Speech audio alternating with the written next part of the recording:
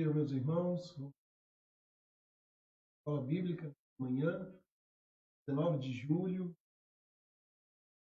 Guardar uns minutinhos e começar nossa Escola Bíblica Dominical. Pensam poder estarmos aqui mais um domingo reunidos para ouvir da pregação, do estudo da palavra. Enquanto isso, compartilhe aí. Ainda acho que não chegou ninguém aqui, pelo menos só eu e eu. Vou aguardar uns minutinhos para que os irmãos se acheguem e juntos compartilhemos aí a palavra do Senhor. Coloquei lá o link no grupo da igreja, e outros irmãos também podem compartilhar. Muito bom poder começar a nossa manhã, aprendizado da palavra. É muito bom poder acordar, vendo a misericórdia do Senhor se renovar sobre as vidas. Espero que o áudio esteja bom aí para os irmãos, né? Isso, compartilhe aí na sua mídia social essa live para que outras pessoas também aprendam um pouquinho mais da palavra de Deus, possam juntamente conosco e louvar ao Senhor. Vamos aguardar uns minutinhos para que comecemos todos juntos nossa escola bíblica dominical nessa manhã de domingo.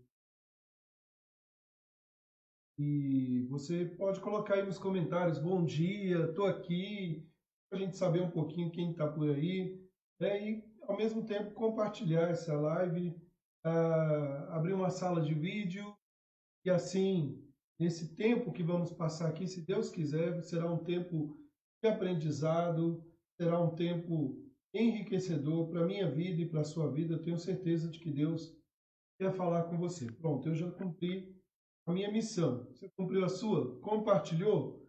Se não compartilhou, ainda dá tempo, nós estamos começando agora. Também não esquece dos coraçõezinhos, viu, Maria, Fabiana? Meus amados, que bênção poder estar aqui, né, nessa manhã. E poder ouvir da palavra de Deus. Obrigado, Ana Barrios. A Ana colocou, tá tudo ok. Isso mesmo, eu estava aqui na dúvida se o som ia ficar bom aí, mas eu acredito que está tudo ok, o som está saindo bem, a transmissão está leve, não está travando, né? Minha preocupação maior é essa. Sejam muito bem-vindos, que Deus abençoe. Bom dia, Ana Barrios, bom dia, Maria, Almir, Suzane está conosco, a Nicinha, a Lívia está aqui, queridos. Sejam muito bem-vindos, Fabiana, minha esposa. Deus abençoe a vida de vocês, que Deus fortaleça. Eu citei esses nomes que foram aqueles que colocaram bom dia aqui. Então, os demais que eu não sei quem estão aqui, porque não dá para ver, sejam muito bem-vindos. Que Deus abençoe a vida de vocês. Então, fica a tarefinha durante essa escola dominical, durante a nossa transmissão. Você pode compartilhar na sua mídia social e você pode escrever aqui algum comentário, bom dia, aí nós vamos saber quem está aí, às vezes até mesmo esclarecer alguma dúvida que possa surgir durante o aprendizado, durante aí a nossa escola bíblica dominical. Vamos começar nesta manhã que o Senhor nos presenteou, né? A vida é um presente.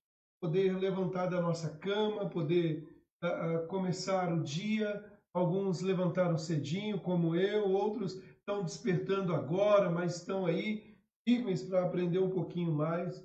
Isso é maravilhoso. Vamos começar então com uma oração, depois uma breve devocional para nós e logo em seguida o nosso ensino da palavra de Deus. Vamos orar? Vamos começar? Senhor Deus, muito obrigado, Pai, por esta manhã em que temos a rica oportunidade de nos achegar diante de Ti.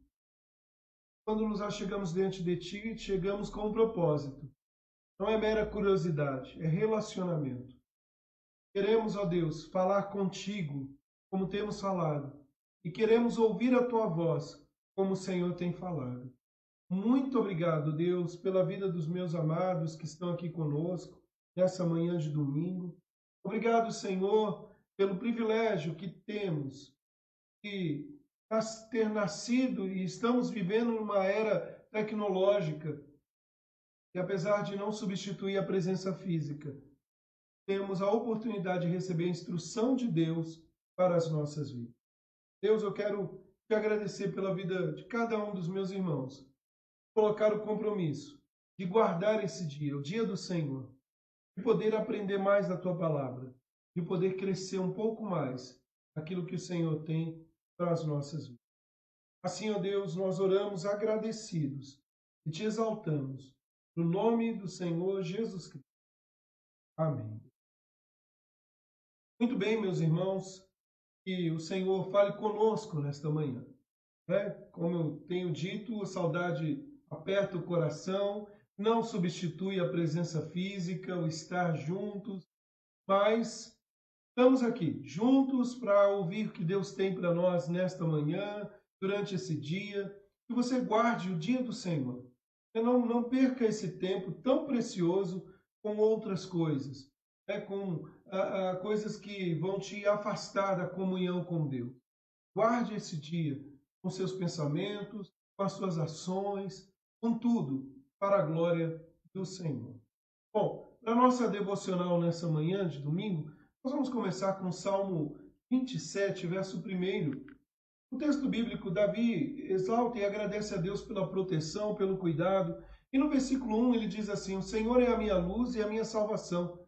De quem terei medo? O Senhor é a fortaleza da minha vida. A quem temerei? Quem terei medo? Essa é a pergunta do salmista. Quem terei medo? Todos nós enfrentamos medos, angústias. A vida de um crente, a vida de um cristão é cheia de lutas, de ameaças, de incertezas. O crente está sempre em meio, a conflitos, e a sua vida é resumida como uma grande batalha espiritual. O tempo todo nós enfrentamos e nós transitamos entre a fé e o medo, entre crer que Deus está no controle e as inseguranças, as incertezas do nosso coração. São temores internos, são tribulações externas, são lutas diárias, preocupações noturnas que tiram nosso sono. Quantas e quantas vezes temos enfrentado o medo, a angústia?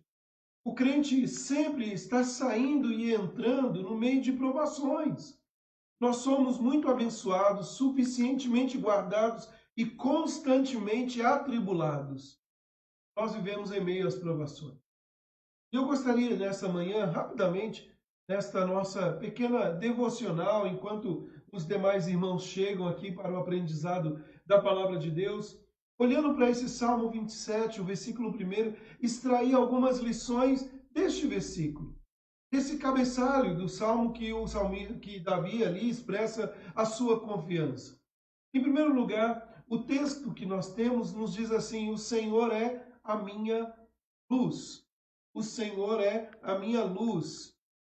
É interessante que aqui o salmista está expressando algo como: o Senhor é a minha vida. O Senhor é a minha proteção. O Senhor é aquele que me guia. Sabe, queridos, aqui a ênfase está na comunhão com Deus, luz.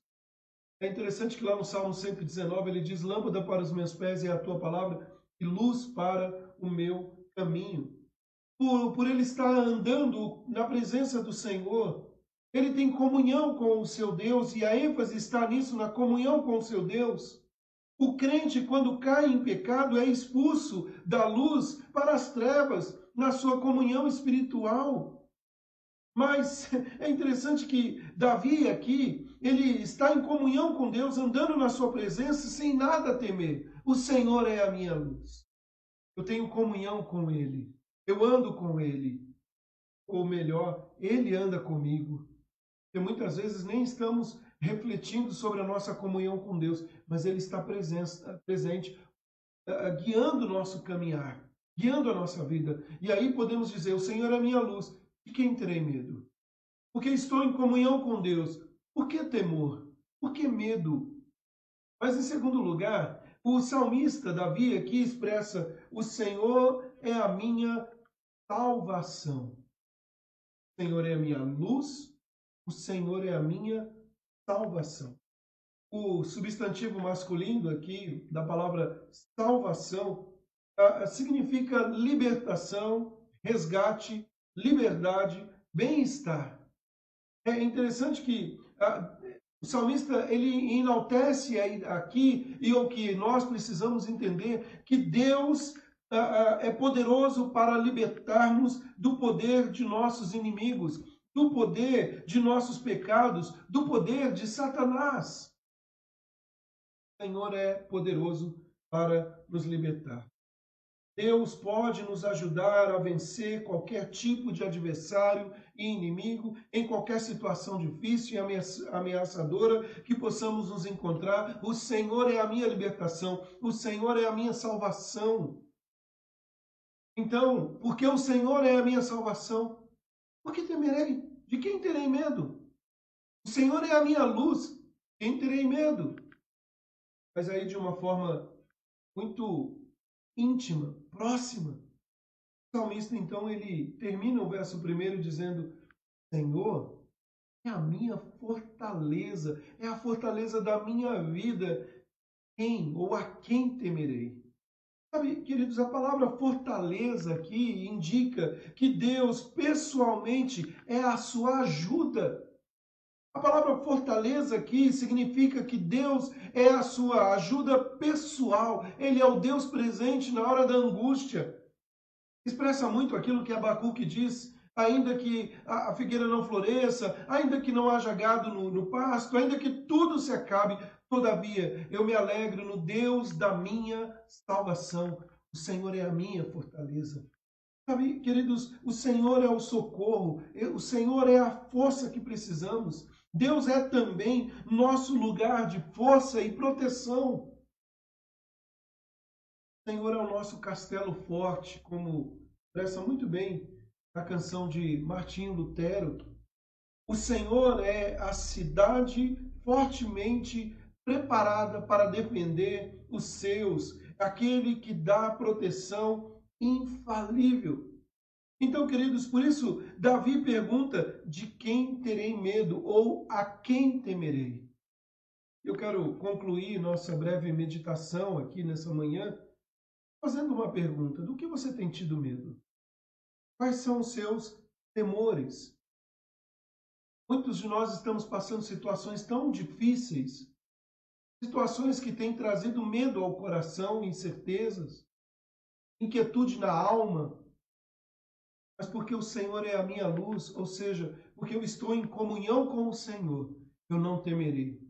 Mas porque o Senhor é a minha salvação, ou seja, Ele é a minha libertação, Ele é o meu Salvador, eu não temerei. Ele me liberta do pecado, Ele me liberta do poder de Satanás, Ele me liberta dos meus inimigos.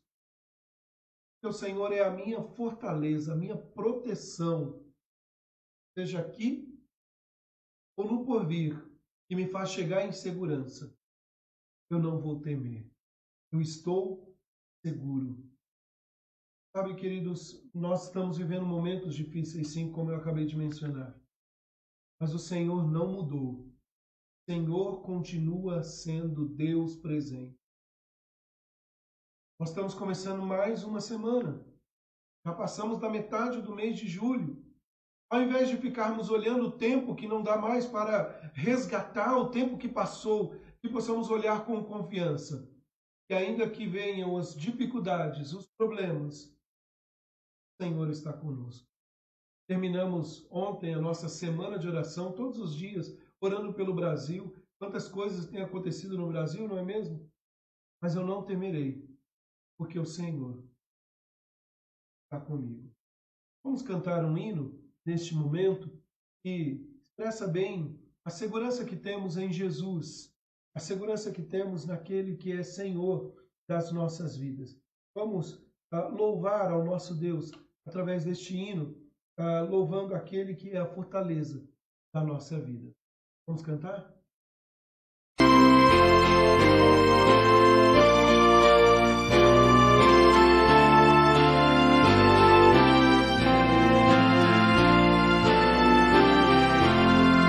Somente ponho a minha fé na graça excelsa de Jesus, no sacrifício remidor, no sangue do bom Redentor.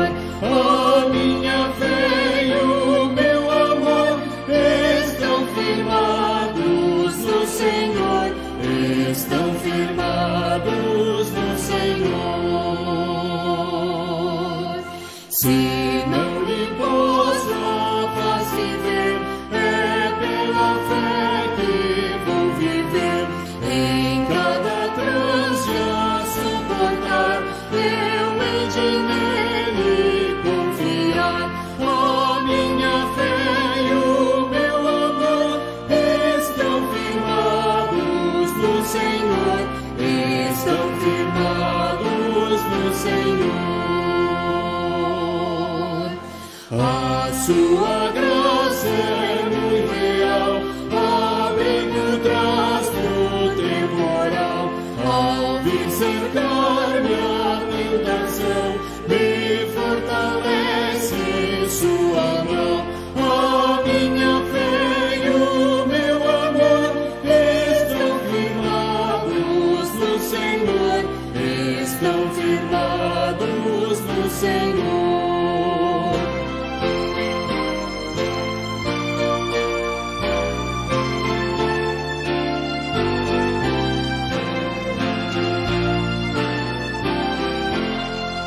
Quando a trombeta ressoar, irei com ele me encontrar, e com os salvos cantarei, louvor eterno ao grande Rei.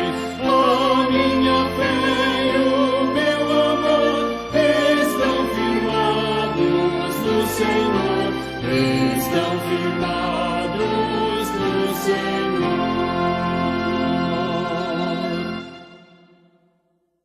Amém.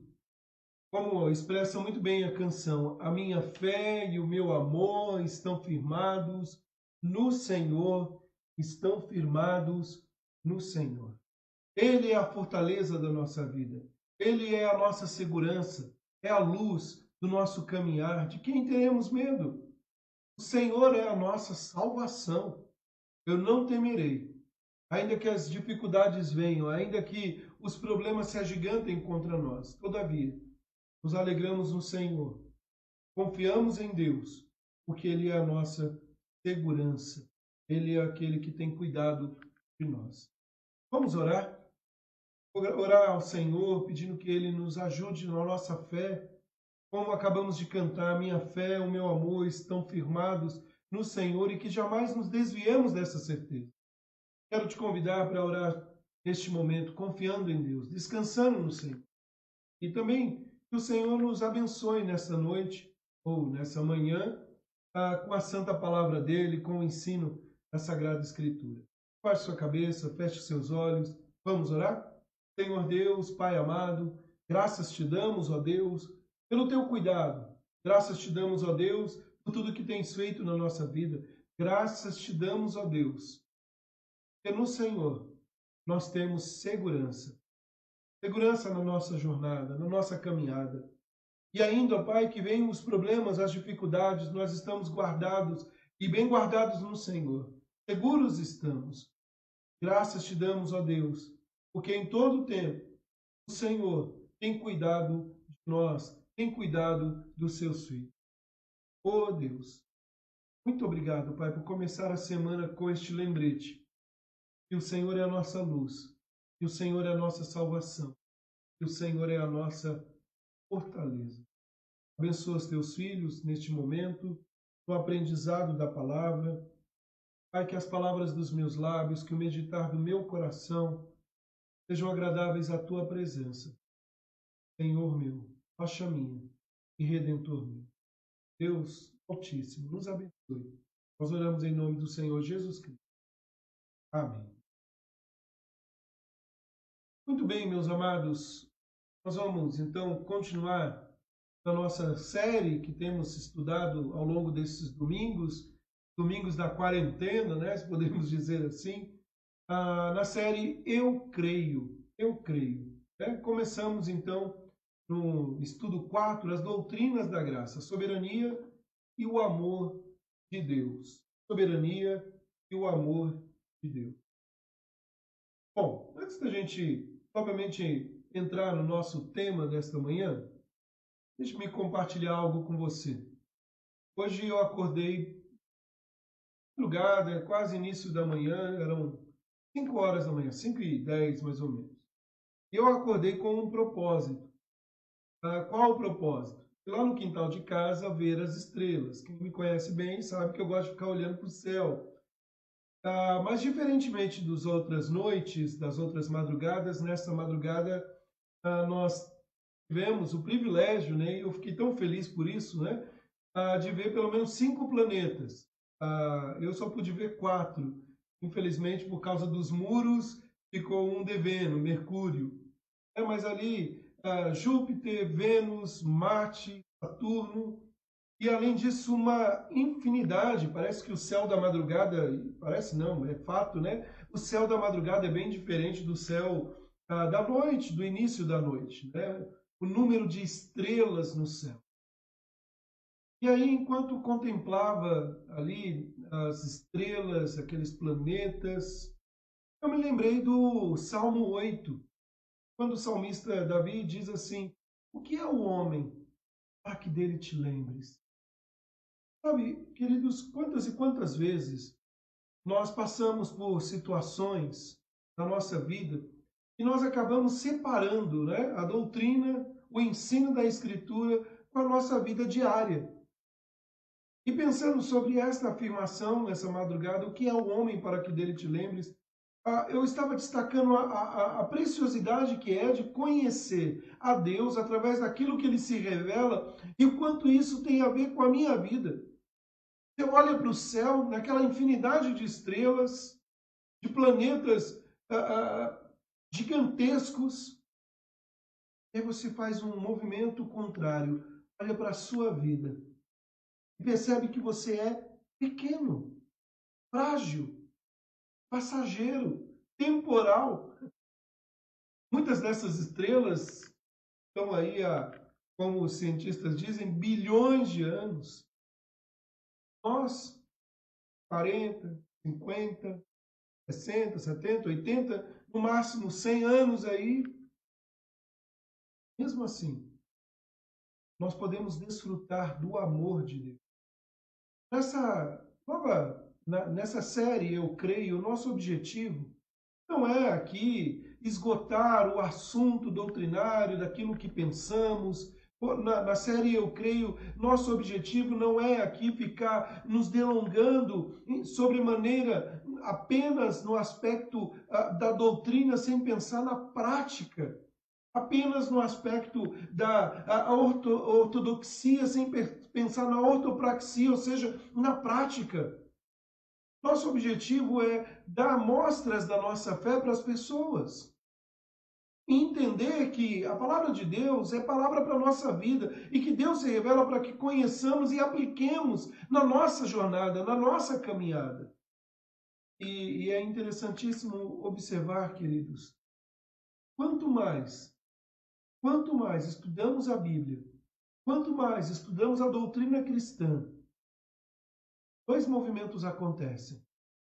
Mais percebemos a nossa pequenez. E mais ainda contemplamos a grandeza de um Deus que se revela.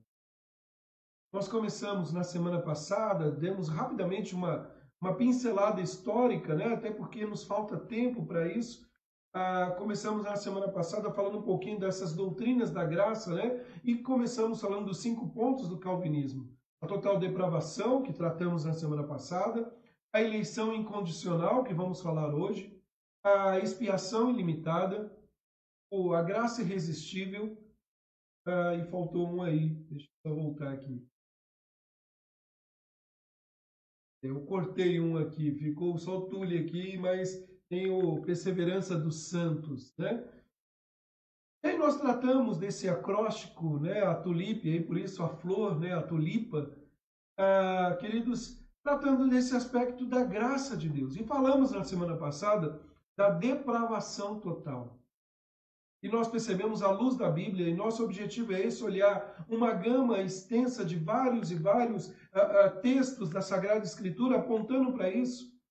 E antes de começarmos, antes de prosseguirmos aqui, falando nesta manhã sobre a eleição incondicional, eu gostaria de fazer uma citação de 2 grandes teólogos do passado, de 2 grandes servos do Senhor do passado. O primeiro deles, Agostinho de Hipona, um dos maiores teólogos da história. E Agostinho diz assim: Deus nos escolheu nele, antes da fundação do mundo, nos predestinou para a adoção de filhos. Não porque seríamos santos e sem mácula por nós mesmos, mas ele nos escolheu e nos predestinou para que nos tornássemos assim. Ou seja, Deus não nos escolheu, já adiantando o que vamos tratar um pouco hoje, porque ele viu que nós nos tornaríamos ou que tínhamos algo em nós, mas ele nos escolheu e nos tornou santos, separados. João Calvino, ele diz assim: o fundamento e a causa primeira, tanto da nossa vocação, como de todas as bênçãos que recebemos de Deus, são aqui, em Efésios 1:4, declarados como sendo a sua eterna eleição. Caso se pergunte sobre a razão pela qual Deus nos chamou ao usufruto do Evangelho, porque diariamente nos outorga tantas bênçãos, porque nos abre a porta do céu, a resposta se encontrará constantemente nesse princípio. Ele nos escolheu antes da fundação do mundo. E aqui há a beleza de quando contemplamos um céu tão imenso como este. Aqui resulta a beleza de que tudo na nossa vida se baseia nesta escolha do Senhor. Nós não estamos nesta terra, alguém pode até pensar assim, mas nós não estamos nessa terra porque houve um acidente. Tanto na criação do cosmos ou do planeta Terra, de uma explosão, ou mesmo um acidente não intencional dos nossos pais, ainda que uma gestação indesejável, mas tudo está dentro do propósito de Deus. Você crê nisso? Você crê que a sua vida está dentro do propósito de Deus, que Deus estabeleceu a sua vida? E Deus formou, Deus fez, Deus criou a nossa vida. E nos fez perfeitos.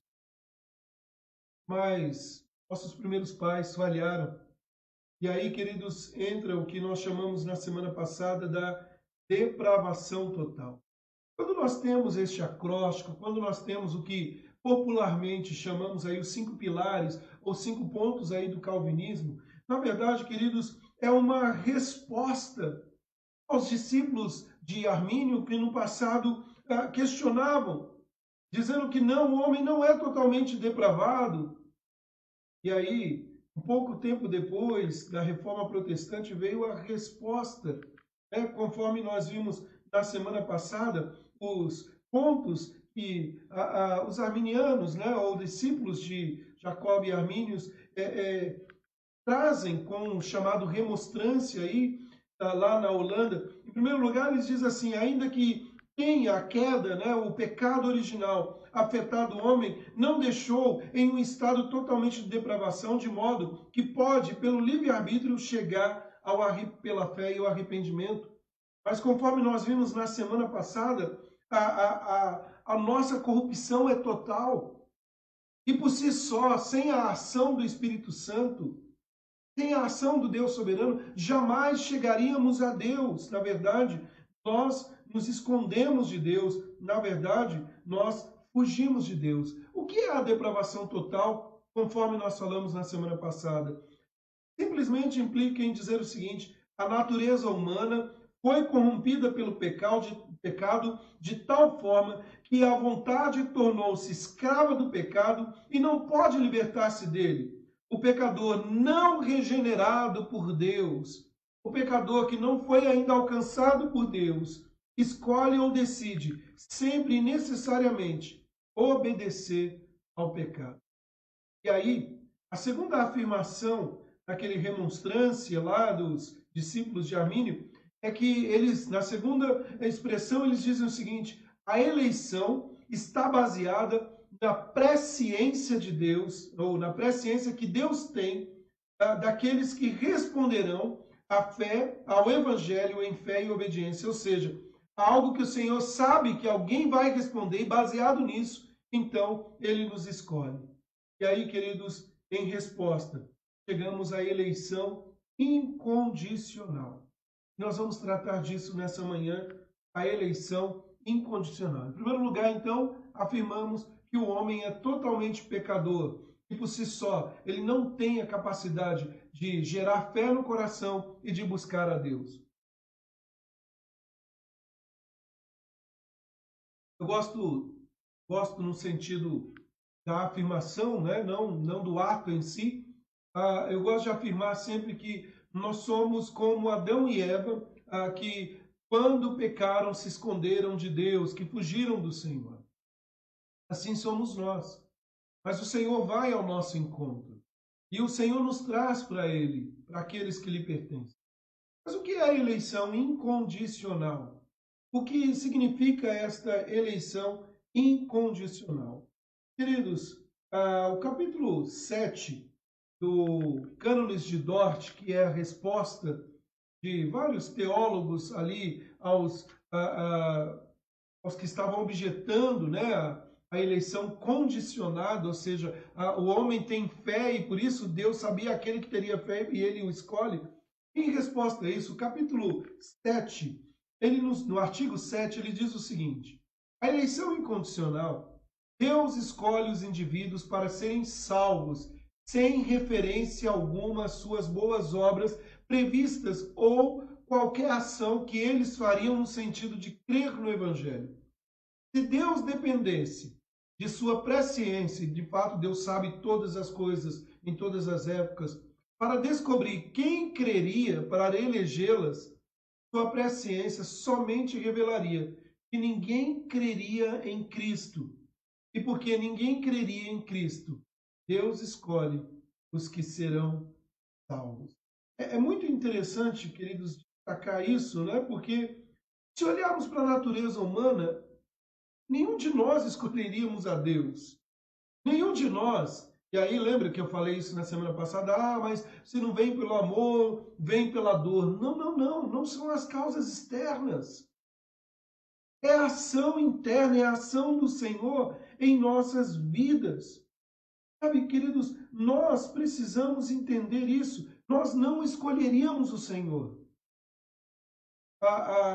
Nós jamais, se baseássemos a nossa fé na presciência de Deus, a única constatação seria: não há um justo sequer, conforme ele diz na sua palavra. Meus irmãos, John Piper, ele afirma o seguinte: a eleição de Deus é um ato incondicional da graça livre, dada por meio de seu Filho Jesus antes do mundo existir. Por meio deste ato, Deus escolheu antes da fundação do mundo aqueles que seriam libertos da escravidão do pecado e levados ao arrependimento e à fé salvadora em Jesus. Antes de prosseguir, deixa eu perguntar uma coisa para você. O que isso tem a ver com a sua vida? Pastor, esse negócio de doutrina, esse negócio de depravação total, esse negócio de eleição incondicional, o que isso tem a ver conosco? Resposta: tudo. Sabe, nós vivemos num mundo perecível. Nós vivemos num mundo onde muitos estão partindo, estão morrendo. E para onde estão indo?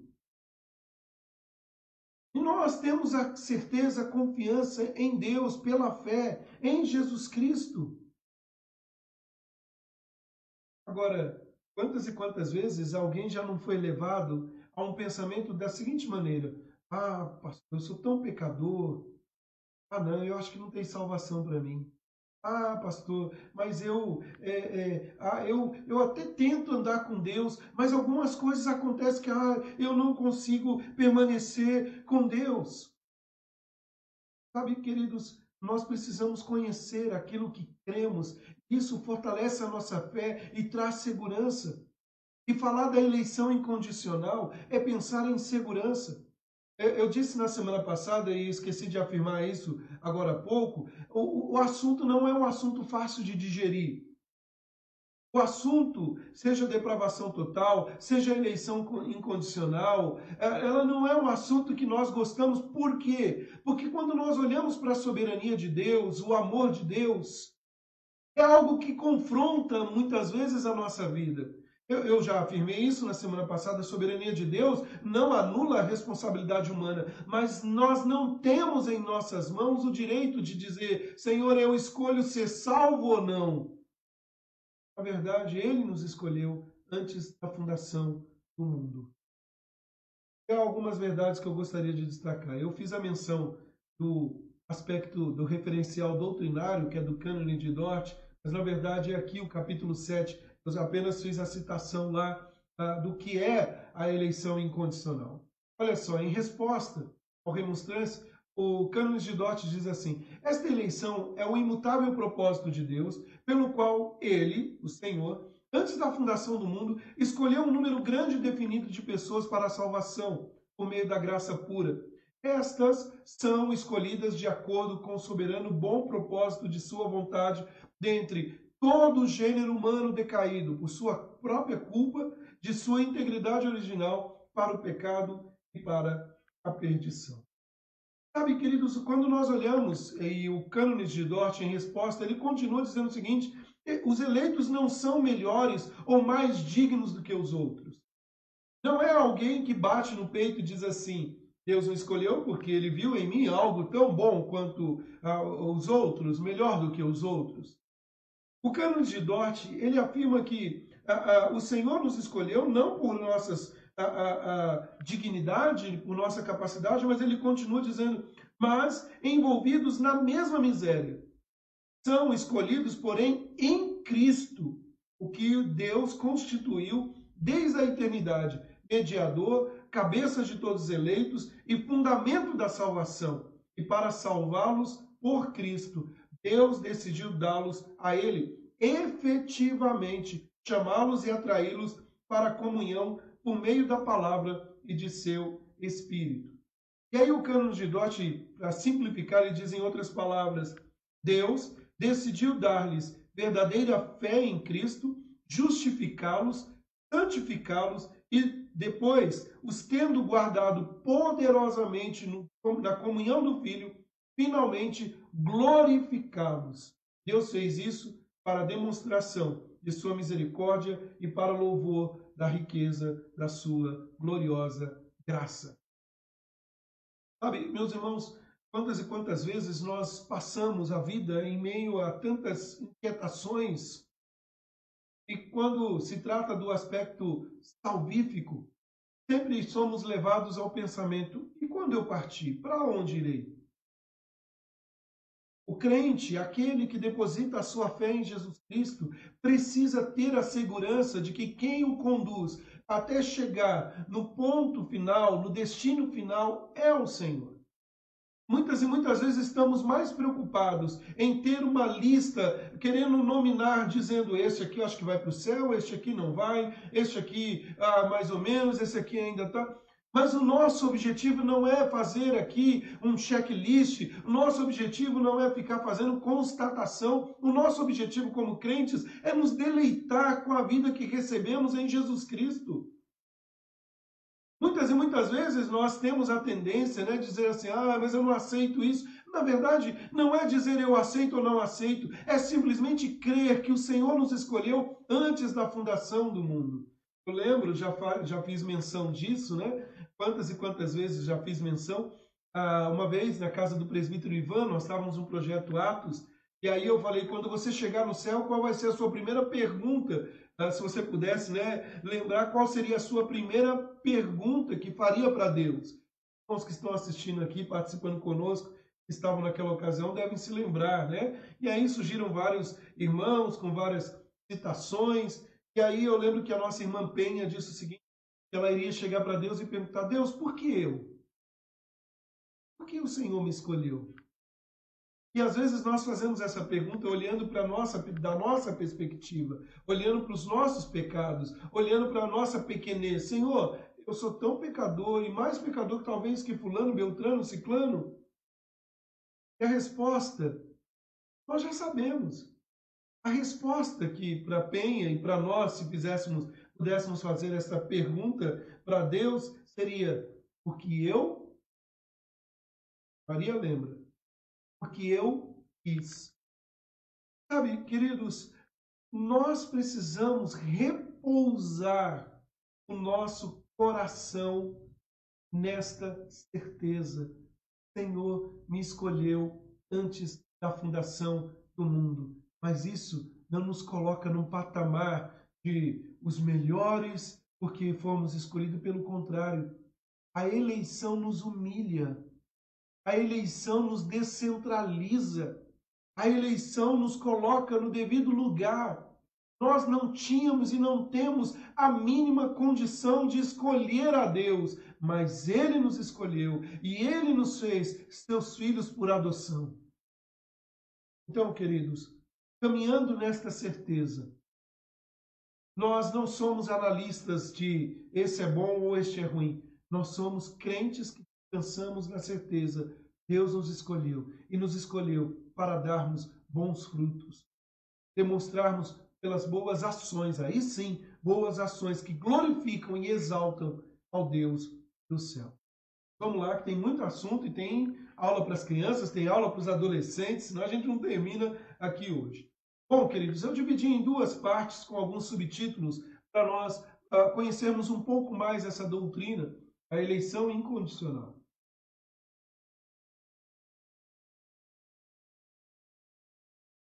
Em primeiro lugar, é uma escolha baseada exclusivamente na vontade soberana de Deus.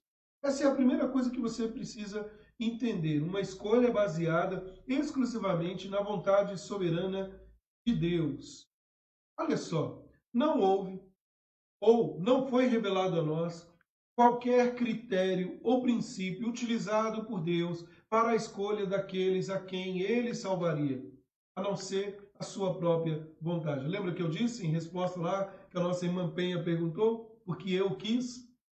Sabe, meus irmãos, nós escolhemos o tempo todo. Nós escolhemos a roupa que vamos vestir, nós escolhemos o sapato, nós escolhemos a casa, nós escolhemos o marido, nós escolhemos a esposa, não caiu do céu, nós escolhemos isso, nós escolhemos aquilo, nos programamos para isso, nos programamos para aquilo, mas o aspecto salvífico, Deus nos escolheu antes da fundação do mundo. Não foi um dia que eu decidi, dizendo assim, não, eu decidi, eu vou me salvar.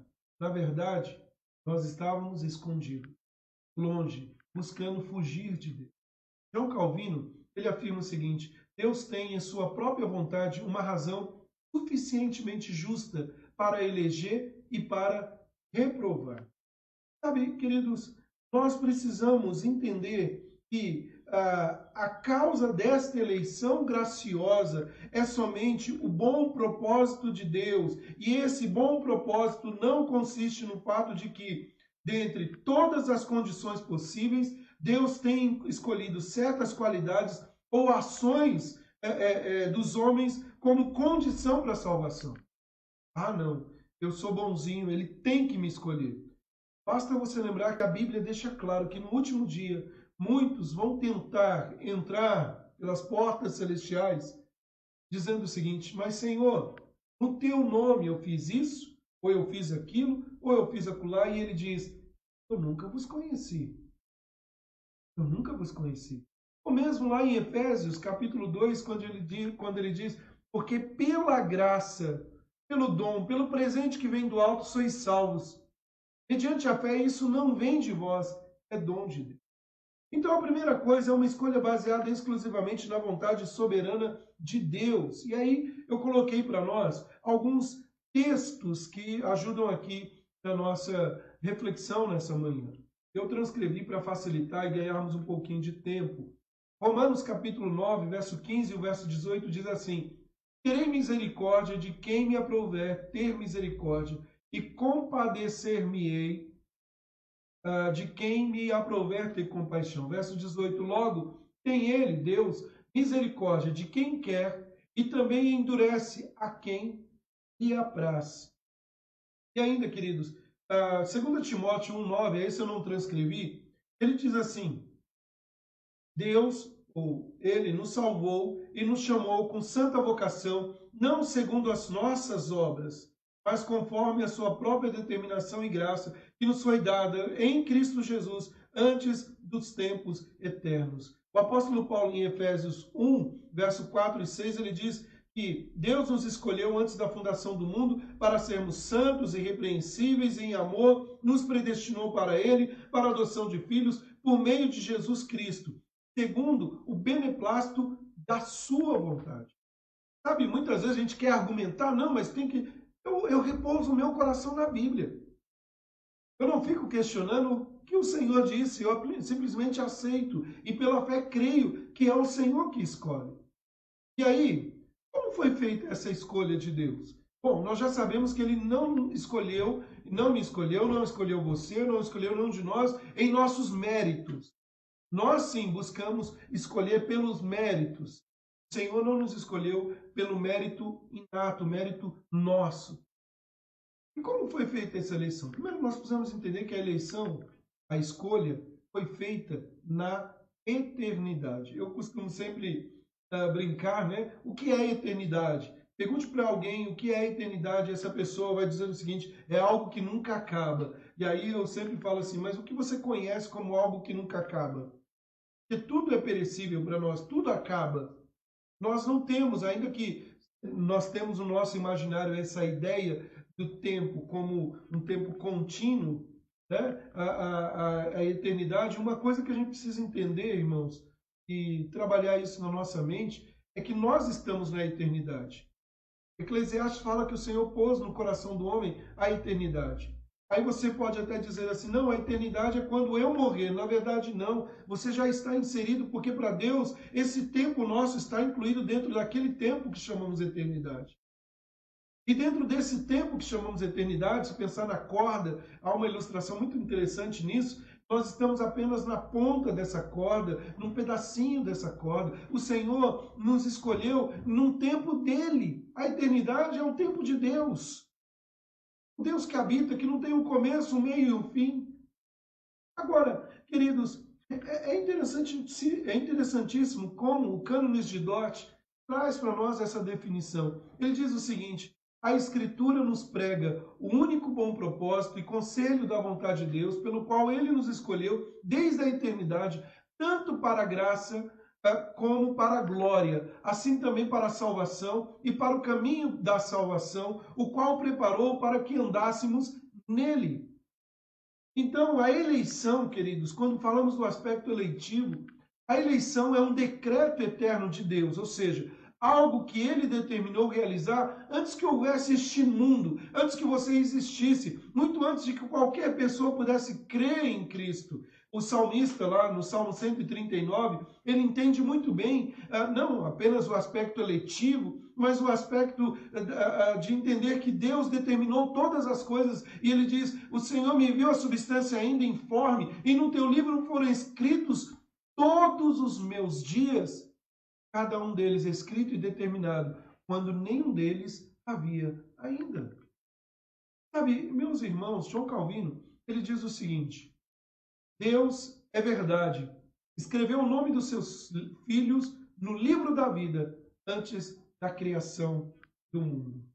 Como é bom saber, meus irmãos, que muito mais do que o rol de membros de uma igreja aqui, a nossa igreja nessa terra, nosso nome já foi escrito no livro da vida, no livro desde antes que houvesse mundo, o Senhor já me havia escolhido. Mas, cuidado, para que você não olhe para essa lista, citando aqui, dizendo, eu sou melhor do que fulano. O Senhor não viu mérito nenhum em nós. Ele simplesmente decidiu assim. Bom, mas onde está escrito isso na Bíblia, pastor? A Bíblia nos fala a respeito disso? Sim. Olha só, vamos aos textos que destaquei nessa manhã. Romanos 8, 29. Portanto, aos que de antemão conheceu, também os predestinou para serem conformes à imagem do seu Filho, a fim de que ele seja o primogênito entre muitos. Sabe, queridos, nós precisamos entender que Deus nos conheceu de antemão, muito antes que houvesse muito. Deus nos escolheu nele antes da fundação do mundo para sermos santos e irrepreensíveis perante ele, e em amor nos predestinou para ele, para a adoção de filhos, por meio de Jesus Cristo, segundo o beneplácito da sua vontade. Queridos, nós precisamos simplesmente repousar nesta certeza de que temos um Deus que direcionou a nossa vida antes da fundação do mundo. 2 Tessalonicenses, capítulo 2, verso 13, diz assim: entretanto, devemos sempre dar graças a Deus por vós, irmãos, amados pelo Senhor, porque Deus vos escolheu desde o princípio para a salvação, pela santificação do Espírito e na fé e fé na verdade. 2 Timóteo 1,9 diz: Deus nos salvou e nos chamou com santa vocação, não segundo as nossas obras, mas conforme a sua própria determinação e graça que nos foi dada em Cristo Jesus antes dos tempos eternos. Então, queridos, a primeira coisa que nós olhamos é: o Senhor nos escolheu antes da fundação do mundo. Antes que houvesse mundo. Ele não previu algo em nós para depois nos salvar. O movimento é contrário. Isso já estava estabelecido dentro do seu propósito eterno. É importante pensar nisso, que Deus faz tudo segundo a sua vontade. Muitas vezes nós ficamos pensando, mas por que não assim? Mas é difícil de conseguir contemplar tudo isso, né? A Ana colocou, é difícil de entender porque Deus teria motivos para reprovar, para não eleger. Sabemos que a vontade de Deus é soberana, não cabe questionamentos, mas creio que este pensamento da não eleição passa pela cabeça de outros irmãos. Com certeza, muitas e muitas pessoas ficam se questionando, será que eu sou um eleito de Deus? Uma das coisas, queridos, que nós precisamos entender é que, como eu posso dar mostras que eu fui escolhido por Deus? Abrindo um parênteses aqui. Não é pelo rol de membros de uma igreja. Alguém pode frequentar a vida inteira uma igreja e não ter um relacionamento com Deus. Mas Jesus nos dá uma chave tão importante quando ele diz, lá em João capítulo 15, que sem ele nada podemos fazer. E um dado momento Jesus diz o seguinte: vocês serão conhecidos pelos frutos. Eu não posso conhecer a salvação interna de alguém, mas ela é explicitada pelas suas ações. Não estou dizendo impecabilidade, ele também é um pecador. Mas ele é um pecador arrependido. Ele é um pecador que se volta para Deus. E ele dá mostras. E tudo que ele faz é para a glória de Deus. Vamos continuar um pouquinho aqui. Eu vou me empolgando. Às vezes eu olho aqui os comentários, quero interagir, mas a gente tem que caminhar. Mas é um assunto difícil. Como eu disse, difícil no sentido de que muitas vezes nós colocamos, mas fulano é tão bonzinho. E como pode ele não ser um eleito? Primeiro que eu não sei. Eu não sei. Não sei quem o Senhor elegeu, quem o Senhor escolheu antes da fundação do mundo. Eu só sei de uma coisa. Seja no começo da sua vida, ou no decorrer, ou até o fim da sua vida, a graça salvadora o alcança e transforma essa vida e o leva à salvação. E inicia o descanso. Inicia o descanso. Bom, além de ser uma escolha eterna, nós precisamos também dizer que é uma escolha imutável, irresistível. Olha aí, essa palavra irresistível é muito interessante.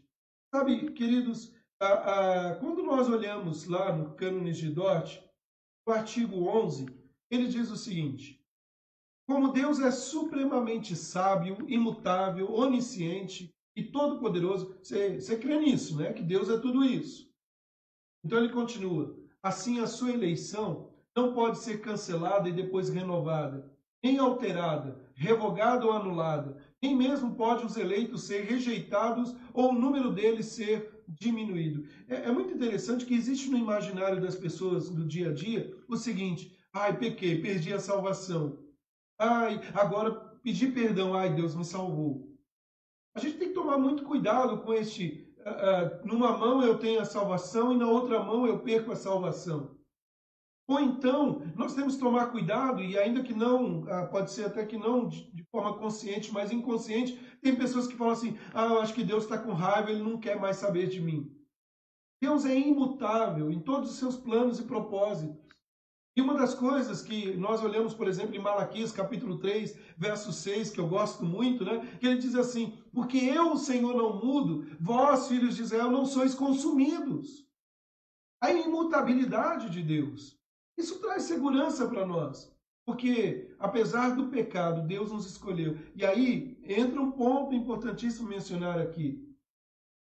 Isso não significa que nós vamos viver no pecado. O apóstolo Paulo diz lá em Romanos capítulo 6, então nós vamos viver no pecado? Ele diz: de maneira nenhuma. Pelo contrário, nós somos encorajados a ter santidade de vida. Bom, mas vamos continuar. Então o que a gente está querendo dizer com isso? O que a gente está querendo dizer é o seguinte: o caráter imutável da eleição torna segura e certa a salvação dos eleitos. Nada pode impedir os eleitos de serem alcançados pela graça salvífica. Eu posso me afastar de Deus, quando eu não busco a Ele na palavra, quando eu não tenho mais vida de oração, de comunhão com meus irmãos, os meios de graça. Eu posso até, em algum momento da minha vida, me esfriar na fé, mas a graça sempre me alcançará. Como nós colocamos, ela é irresistível e ela vivifica e ela me faz chegar ao porto seguro, ainda que em alguns momentos eu me afaste de Deus. Eu não vou perder tal salvação, ela está segura em Cristo Jesus. Mas onde nós encontramos isso na Bíblia? Eu transcrevi um texto para nós aqui, Romanos 8, 29 e 30. Porquanto, aos que de antemão conheceu, também os predestinou para serem conformes à imagem do seu Filho, a fim de que ele seja o primogênito entre muitos irmãos. É importante até dizer isso, queridos. Deus nos escolheu não para sermos mais parecidos com nós mesmos. Deus nos escolheu para sermos parecidos com Jesus. Por isso ele nos chama para sermos conformes, ou seja, moldados à imagem do Filho. E aí, no verso 30, aos que predestinou, a esses também chamou, e aos que chamou, a esses também justificou, e aos que justificou, a esses também glorificou. O capítulo 11, verso 29, eu não sei, eu coloquei aqui. Porque os dons e a vocação de Deus são irrevogáveis. Ele não vai tirar. Então veja, nós somos eleitos na eternidade, o Senhor nos escolheu, o Senhor também moldou e a nossa eleição, a escolha é imutável, ela não sofre alteração da parte de Deus, ela é irresistível. E aí talvez alguém diga assim, pastor, mas fulano ele ia na igreja e deixou de ir para a igreja e levou a vida. Uma das coisas que a gente precisa entender, vou bater na mesma tecla quase que o estudo inteiro, nós não somos analistas de salvação do outro. Sabe, se o Senhor permitiu que alguém viva como um filho pródigo, que sai da casa do pai e viva dissolutamente, de qualquer maneira, é o Deus também que com a sua voz amorosa o traz de volta para o lar. Então, quando a gente questionar a salvação de alguém, ao invés de simplesmente olhar para os atos e dizer não é salvo, ainda que podemos fazer isso, oremos por nossos irmãos, oremos por aqueles que estão fracos na fé. Mas lembrando que quem garante essa salvação não são suas obras, seus atos, é o Senhor. Bom, vamos continuar que tem muito assunto. Além disso, é uma escolha não baseada em fé ou boas obras previstas. Deus não baseou olhando meramente algo que nós no futuro iríamos crer. O Cânones de Dort, ele diz o seguinte, meio pequenininho, não sei se vai aparecer bem, esta eleição não é baseada em fé prevista ou em obediência de fé, santidade ou qualquer boa qualidade ou disposição que seria uma causa ou condição previamente requerida ao homem para ser escolhido. Ao contrário, esta eleição é para a fé, a santidade e etc. A eleição, portanto, que é a fonte de todos os bens da salvação e finalmente tem a própria vida eterna como seu fruto, é conforme o testemunho do apóstolo.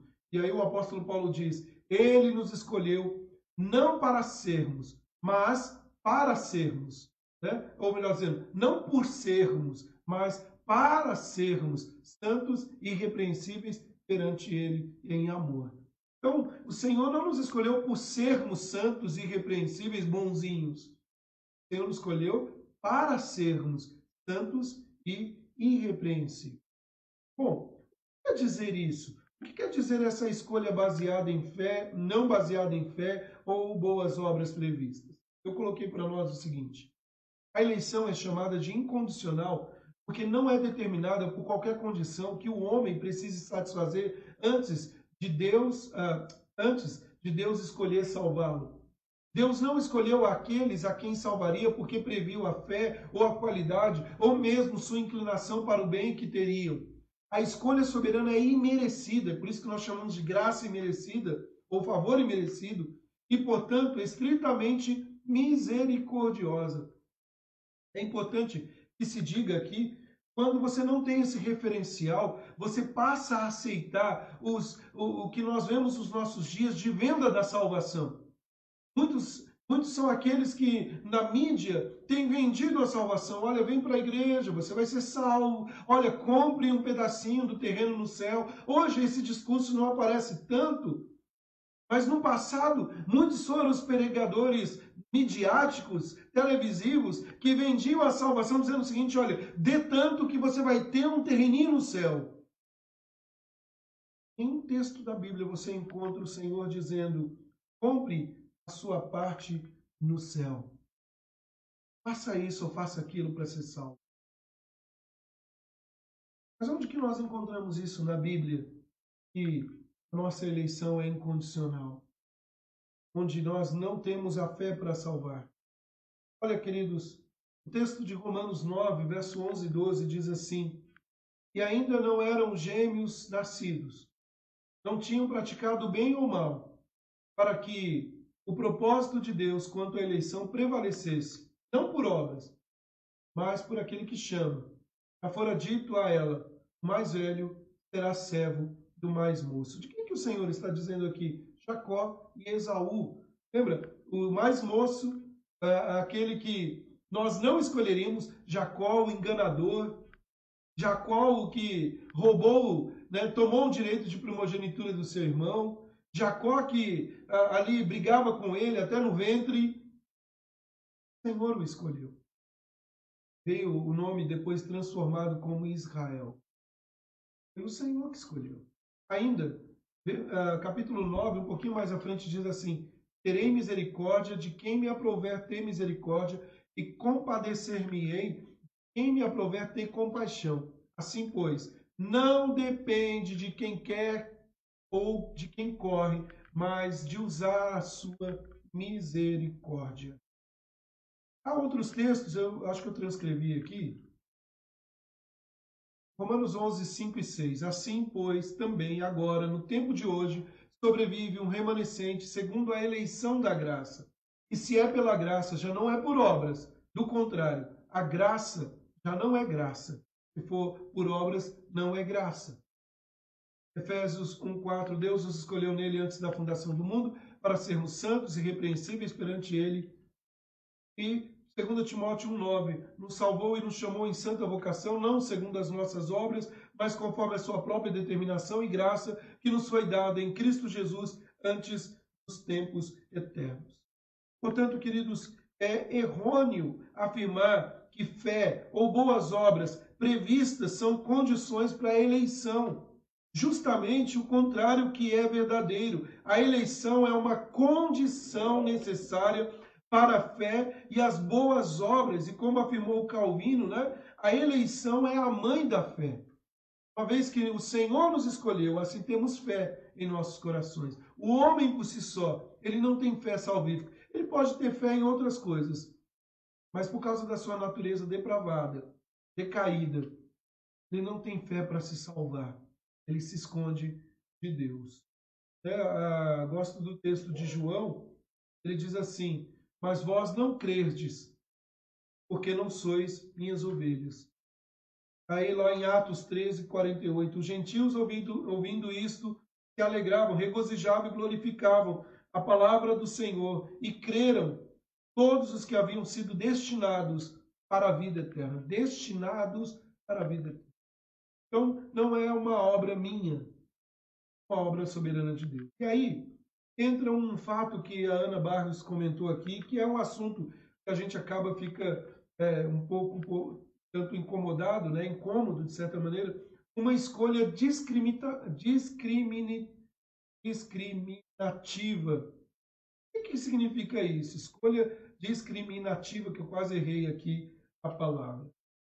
Olha só, queridos, lá no artigo 15º do Cânones de Dort, diz assim: a Escritura Sagrada mostra e recomenda a nós esta graça eterna e merecida sobre nossa eleição, especialmente quando, além disso, testifica que nem todos os homens são eleitos. Alguns, pois, são preteridos na eleição eterna de Deus, de acordo com seu soberano, justo, irrepreensível e imutável bom propósito.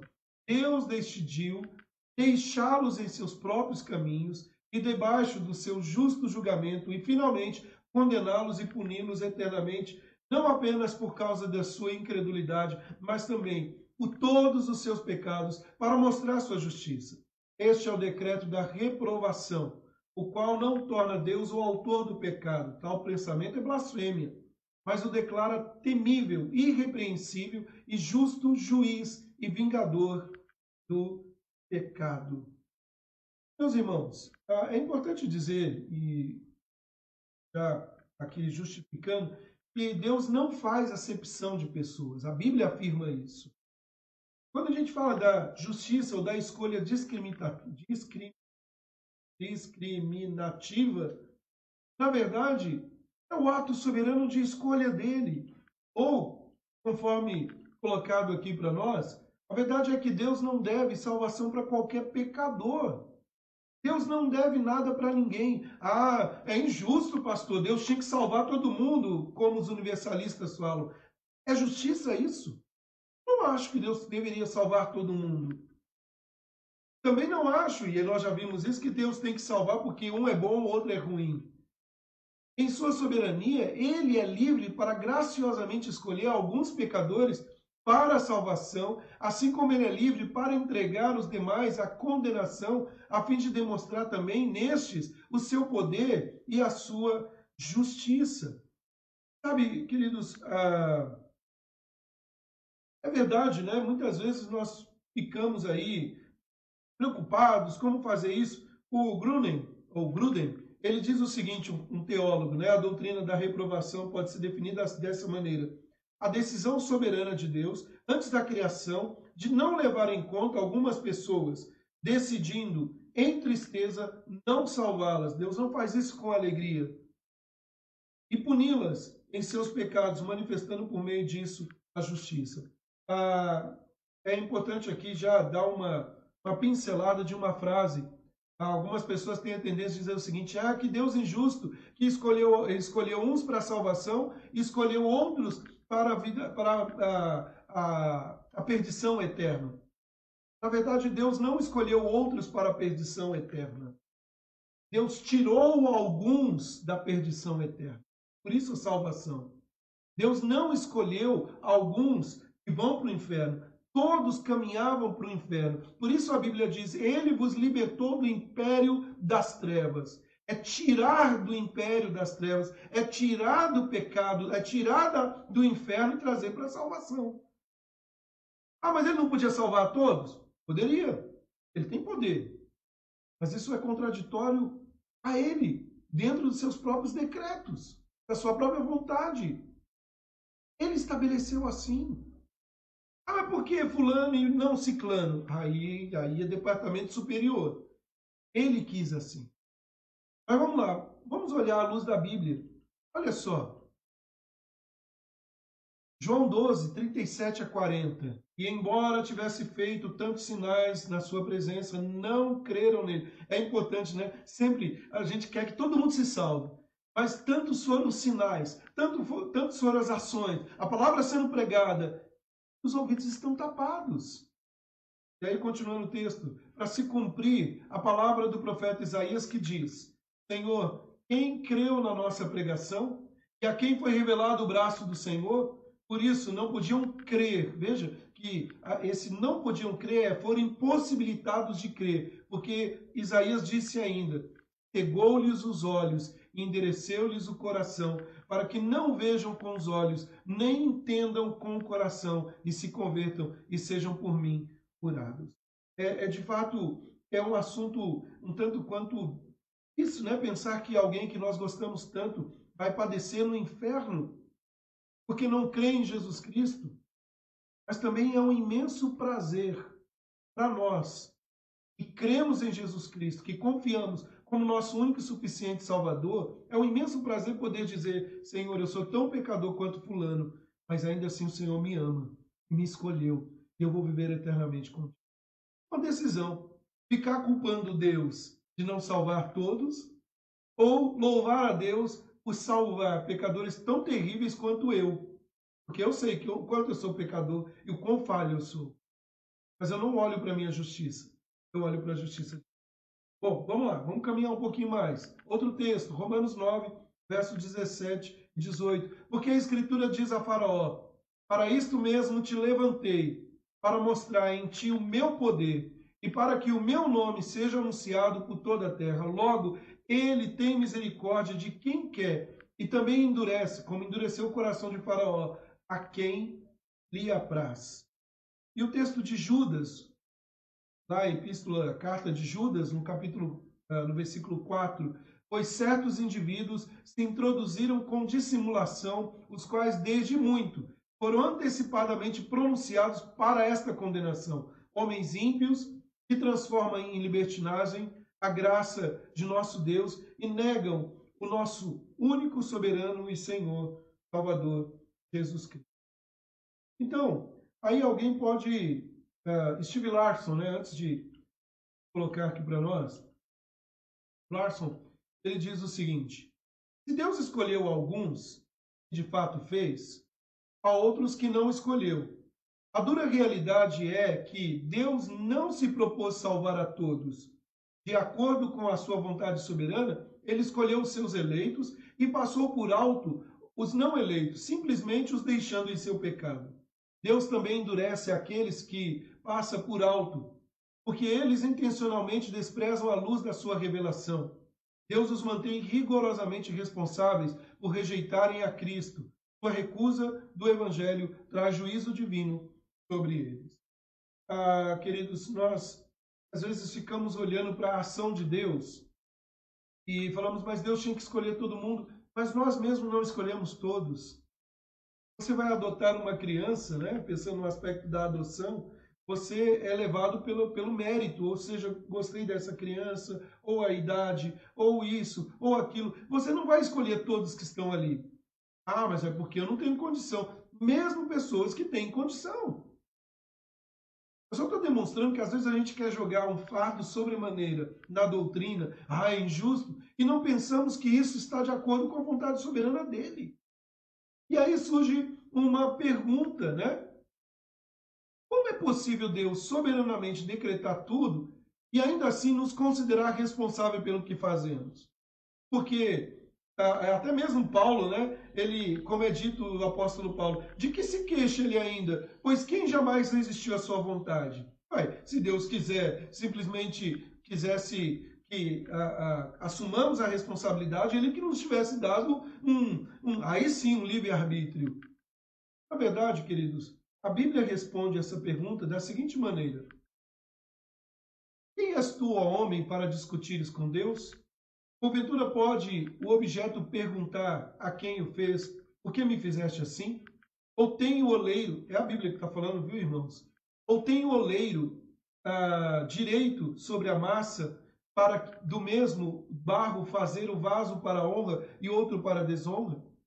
E diremos, pois, se Deus, querendo mostrar a sua ira e dar a conhecer o seu poder, suportou com muita paciência, com muita longanimidade, os vasos de ira, preparados para a perdição, a fim de que também desse a conhecer as riquezas da sua glória em vasos de misericórdia, para a glória preparou de antemão. E ainda só continuando um texto? Não, é só esse texto. Queridos, uma das coisas que nós devemos observar, devemos levar em conta, em consideração, é que nenhum pecador é condenado injusto ou imerecidamente. Não há um justo sequer. O único justo, sem pecado, foi a cruz para morrer no lugar dos injustos. Todos pecam segundo as suas próprias escolhas, sem que haja qualquer cumplicidade de Deus nessas ações. Nenhum homem é indesculpável, todos são pecadores. Lembre na lição anterior, todos nós nascemos em pecado e vivemos no pecado. Portanto, o ser humano é inteiramente responsável por tudo que faz. Talvez alguém diga assim, não, mas fulano é bonzinho. Não, em alguma medida alguém é bom para outra pessoa, mas ele é pecador. Bom, vou caminhar aqui que eu preciso terminar. Mas e aí? Como que fica? Se por um lado a gente vê o ato da escolha e da rejeição de Deus, no que se baseia a escolha de Deus? No que se baseia o amor de Deus? O que se baseia a salvação? Não é no mérito. Então no que é? A nossa união com Cristo. Sabe, queridos, aqui João Calvino, ele é bem elucidativo para nós. Lá nas Institutas, no livro 3, Calvino diz assim: para que Cristo compartilhe conosco aquilo que recebeu do Pai, ele precisa tornar-se nosso e habitar em nós. Por isso, ele é não somente chamado nossa cabeça, mas ainda o primogênito entre muitos irmãos. Nós também, de nossa parte, somos declarados enxertados nele, e dele estarmos vestidos. Porquanto, como já disse, tudo quanto possui, nada é para nós, até o que ele nos torne um. O Espírito Santo é o elo pelo qual Cristo nos vincula efetivamente em si. Pastor, o que quer dizer isso? Quando a gente pensa aí de toda essa afirmação, também coloquei um texto gigante aqui para nós. A eleição se dá em relação a Cristo, que, por decreto de Deus, estava crucificado antes da fundação do mundo. Apocalipse 13:8 mostra isso. A união do crente com Cristo é o eixo em volta do qual giram todos os outros aspectos da salvação, tanto em relação aos decretos eternos de Deus, quanto em relação à realização desses decretos na história. Ou seja, em um sentido, os eleitos estão unidos a Cristo desde a eternidade, por determinação de Deus, uma união eterna que não pode ser rompida. A frase que é bela é usar sempre em Cristo, por Cristo, estar em Cristo, é tudo em Cristo. Se você pensar em termos da salvação, não é Jesus e mais alguma coisa. É só Jesus, é só Cristo, somente Cristo. É Jesus e deu um dinheirinho para ser salvo. Não! É Jesus e nada mais. Mas pastor, eu tenho que fazer alguma coisa. Se você fizer 0,0000000000001%, a graça deixa de ser graça. Totalmente pela graça, pela fé em Cristo Jesus. Sabe, meus irmãos, onde que nós encontramos isso? Há um texto na Bíblia. Diz assim em Efésios 1, verso 3-7, bendito Deus e Pai de nosso Senhor Jesus Cristo, que nos tem abençoado com toda sorte de bênção espiritual nas regiões celestiais em Cristo. E aqui eu me valo da palavra bênção, né? Nós gostamos tanto de ouvir a palavra bênção. Você já é abençoado. Você já recebeu uma bênção de Deus. A salvação, isso não tem preço. A escolha dele, assim como nos escolheu nele antes da fundação do mundo, para sermos santos e irrepreensíveis perante ele, em amor, nos predestinou para ele, para a adoção de filhos. Olha o grifo, por meio de Jesus, em Cristo, por meio de Cristo, segundo o beneplácito da sua vontade, para louvor da glória da sua graça, que ele nos concedeu gratuitamente no amado, em Jesus, no qual temos a redenção pelo seu sangue, o sangue de Jesus, a remissão dos pecados, segundo a riqueza da sua graça. Ainda em Romanos, capítulo 8, o verso 38 e 39. Porque eu estou bem certo de que nem a morte, nem a vida, nem os anjos, nem os principados, nem as coisas do presente, nem do porvir, nem os poderes, nem a altura, nem a profundidade, nem qualquer outra criatura poderá separar-nos do amor de Deus. Está em vossas obras? Não. Está em Cristo Jesus, nosso Senhor. Queridos, bem da verdade que ao longo da história, essa união com Cristo é realizada na vida do eleito. Cada aspecto da salvação é realizado nos pecadores por meio de Jesus Cristo, da regeneração, a glorificação, da salvação, no dia em que nós falamos, sim, eu quero essa nova vida, eu quero Cristo, até a glorificação, até a volta de Jesus, tudo é por Cristo, até antes, em todos os momentos. Há um pastor que morreu esse ano, vítima de Covid, eu vou, talvez, possivelmente citar o nome dele de forma errada, John Murray. Ele diz o seguinte: a aplicação da redenção inicia-se com a convocação soberana e eficaz pela qual o povo de Deus é introduzido na comunhão de Cristo e na união com Ele, para que eles possam ser participantes de toda a graça e virtude que residem nele como Redentor, Salvador e Senhor. Meus irmãos, é um assunto difícil, porque na maioria das vezes nós estamos sempre olhando no nosso aspecto. Quando falamos de salvação, há algumas questões. Primeiro, olhando para a nossa vida, nós falamos assim: eu sou pecador, eu falho, eu tenho feito coisas que ninguém sabe, pensamentos imorais, pensamentos destrutivos, ações destrutivas, e ainda assim o Senhor me salvar? Tem condição. Tem condição. Nossa atitude é quase como a de Pedro, né? Quando estava na embarcação, depois de uma noite sem pescar nada, Jesus manda ele jogar a rede, e ali eles pegam uma rede com muitos peixes, e Pedro, desnudo ali, ele reconhece a grandiosidade de Deus em Cristo, e ele se lança sobre as águas para dizer isso: Senhor, eu estou desnudo. Ou quando Adão e Eva, após o pecado, se esconderem de Deus porque estavam nus, visto que estavam nus, assim somos nós, pecadores, não tem como escapar de Deus. E nós olhamos para a nossa vida, às vezes tentamos justificar como Adão e Eva, terceirizando a culpa. Mas na maioria das vezes nós sabemos: eu sou indigno de salvação. Mas também, olhando nesse aspecto da salvação, olhamos as pessoas e vemos a vida dessas pessoas, muitas delas boas, pessoas que fazem ações maravilhosas, pessoas que, nota 10, vamos dizer assim, não querem saber de Cristo, não temem a Cristo. E aí ficamos julgando, dizendo: como pode? Será que não vai ser salvo? Ele é tão bonzinho. Sabe, queridos, tenho 2 filhas. Imagine que um jovem, sei que esse dia chegará se Jesus não voltar hoje, Maranata, vem, Senhor Jesus. Brincadeira. E aí um jovem chega um dia e pede a mão da minha filha em namoro. Deu até tremedeira nas pernas.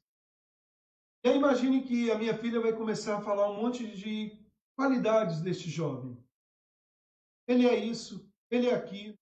Ele é uma boa pessoa, ele é amoroso, ele é estudante, ele faz aquilo, ele faz acolá, ele faz outra coisa. E a gente vai olhando e falando: nossa, que legal, que bom, ele é isso. Mas, e aí o mas é que faz toda a diferença. Mas ele fuma, mas ele faz tal coisa. Já começamos a ficar: peraí, então ele não é perfeito. Sabe, queridos, quando nós olhamos o outro, o ser humano, como pessoa, por mais que ele tenha qualidades, ele é imperfeito, ele é pecador. Ele necessita desesperadamente da salvação. Mas ainda, olhando para a nossa vida, somos pecadores. Olhando para a vida do outro, às vezes vendo as boas ações e comparamos e dizendo: esse merece salvação, esse não. E entra o terceiro aspecto. Não nos cabe dizer quem foi salvo e quem não foi salvo. Isso aí é o Senhor que há de estabelecer. E aí eu gosto de brincar e muitas vezes dizer o seguinte: nós vamos nos surpreender quando nos encontrarmos, se assim o Senhor permitir, na glória celestial, e talvez olhar para alguém e dizer: você aqui? O problema é alguém olhar para a nossa vida e dizer: você, fulano? Pois é. Deus não chamou você a este mundo e não te constituiu nesse mundo para ficar apontando o dedo dizendo: você vai para o inferno, você vai para o céu. Você vai para o inferno, você vai para o céu. Deus nos chamou, como diz 2 de Pedro, capítulo 2, verso 9, a fim de proclamarmos as virtudes daquele que nos chamou das trevas para a sua maravilhosa luz. Deus não nos chamou para sermos aqueles que vão fazer, levantando os dados ali, as estatísticas. Deus nos chamou para pregar o Evangelho. Quem faz a obra da salvação no coração e efetiva isso é o Espírito Santo, é Deus. na vida dos seus eleitos. Por isso, quando eu olho para uma cidade, e eu fico imaginando isso, há muitos que ainda não ouviram do Evangelho, mas quando ouvirem do Evangelho, essa graça irresistível vai trazer a casa do Pai. Meus queridos, essa foi a nossa aula de hoje. Espero que Deus tenha falado com você. É um assunto duro, né? Denso. Gente, eu estou tentando terminar sempre rápido, mas não dá. Mas eu acredito que é um assunto muito oportuno para a gente ruminar, discutir, conversar, pesquisar. Uma dica que eu dou para você: sempre, sempre, sempre, sempre submeta tudo à luz da Escritura Sagrada, à luz da Palavra de Deus. Não é eu acho. Não é eu acho. Está escrito. Aí sim, olhando para a Bíblia, você pode dizer, isso é coerente. Isso não é coerente. Eu fico com a Palavra de Deus. É a Palavra de Deus e as nossas vidas. Vamos orar? Feche seus olhos, abaixe a cabeça. Deus, nós glorificamos a Ti, Senhor. Nós Te exaltamos e bendizemos por tudo que tens feito. Pai, obrigado, porque sem merecer, como grandes pecadores que somos, antes que houvesse uma única palavra em nossos lábios, antes que houvesse uma única célula para compor a nossa estrutura, o Senhor já nos via, o Senhor já nos contemplava e nos escolheu antes da fundação do mundo. Pai, eu quero te agradecer. Quero te agradecer, Senhor, pela vida dos meus irmãos, pela minha vida, que apesar de tão pecador, tão vil pecador que sou, eu sei que no último dia da minha existência aqui, ou mesmo se o Senhor voltar hoje, nós estaremos seguros em Ti, numa morada eterna, onde não tem mais choro, nem pranto, nem dor, apenas uma realidade contínua da eternidade do Senhor. Nós Te exaltamos e bendizemos em nome do Senhor Jesus Cristo. Amém. Meus irmãos, deu até suadeira, olha, não suadeira pelo assunto, eu amo falar desses assuntos, né? Semana que vem a gente vai falar um pouquinho da expiação limitada, mas da suadeira porque o assunto é denso e a gente quer passar o máximo, né? E isso me empolga sobremaneira. Eu já disse isso em um outro momento aqui, numa aula como essa. Eu lembro de um irmão nosso que as lágrimas escorriam do seu rosto, todos saíram da igreja, ele ficou em prantos ali no culto, terminado o culto, e ele falou, pastor, eu passei a vida inteira na igreja, e hoje o Espírito Santo revelou ao meu coração que eu sou um eleito de Deus, e isso marcou a minha vida. Sabe, queridos, que nessa manhã, você não fique preocupado se você é salvo ou não salvo. Fique preocupado se você crê de fato em Jesus Cristo e se está vivendo essa vida com Cristo. Se não, busque a Cristo. Ainda é o tempo. Ainda a voz está sendo ecoada aos ouvidos. É tempo de buscar a Cristo hoje. Deus nos abençoe. Queridos, nós já começamos a aula das crianças aqui no nosso Facebook. Então, se você está aqui participando, não teve oportunidade de colocar para o seu filho, coloque lá com a nossa irmã Simone, ministrando hoje a aula para as nossas crianças, falando do tabernáculo. Lá no YouTube também, já começamos a nossa apresentação, né, a aula para as crianças. E às 10 horas, aula para os adolescentes, de 11 anos até 99 anos. Né? Quem quiser participar, me mande uma mensagem, eu te mando o endereço lá do Meet. Nós estamos falando sobre os vilões da alma. Hoje nós vamos falar sobre o ativismo, como é danoso para as nossas vidas. Então, participe conosco lá no grupo do WhatsApp, eu vou colocar o endereço daqui a pouco do Meet, a gente pode manter essa interação posterior aí. Às 18 horas teremos o nosso culto a Deus, a ministração da palavra do Senhor para as nossas vidas. Deus abençoe sua vida. Hoje é aniversário da nossa querida irmã Maria Helena, esposa do Claudinei. Louvado seja Deus pela vida da nossa irmã, que Deus abençoe sua vida. E os demais aniversariantes dessa semana, Deus esteja abençoando a todos. Fiquem com Deus, meus irmãos. Tchau, tchau. Deus abençoe a todos vocês.